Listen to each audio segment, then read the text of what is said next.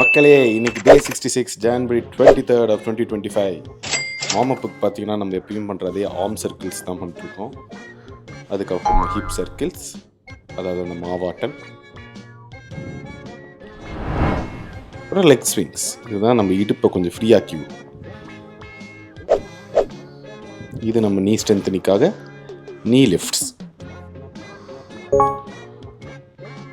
இது அந்த கவர்ச்சியான ஒரு எக்ஸசைஸ் கேட் கவ்.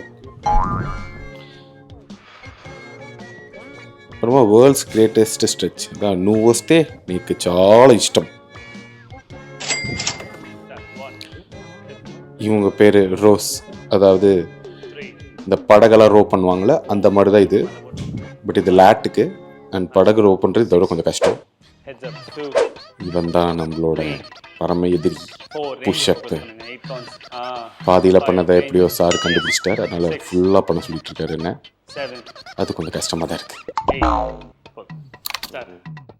இது ஸ்டெப் அப். வாழ்க்கையில் இதை காலையில் பண்ணால் இப்படி வாழ்க்கையில் ஒரு படியாக மேலே ஏறணுன்றத இது எப்படி கற்றுக் கொடுக்குமோ அதே மாதிரி ஏறினப்படியிலேருந்து சில டைம்ஸ் வாழ்க்கையிலேருந்து இறங்கணுன்றதையும் கற்றுக் கொடுக்கும். பேலன்ஸுக்கு பக்கத்தில் இருக்க செவத்துலையும் கை வச்சுக்கலாம். இவன் தான் டெட் பக், அதாவது செத்துப்போன கரப்பாம்பூச்சி எப்படி தரையில் படுத்துருக்குமோ அதே மாதிரி படுத்து பண்ணுற ஒரு அருமையான எக்ஸசைஸ்.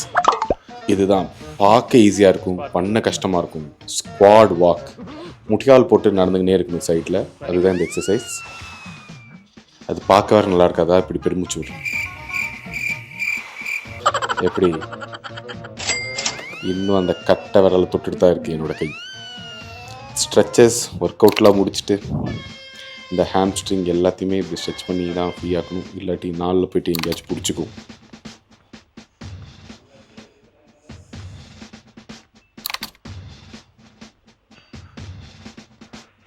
இது தான் எனக்கு ரொம்ப பிடிச்ச stretch, figure 4 stretch.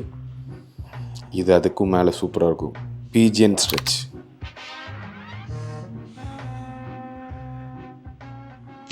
Hey, done for the day.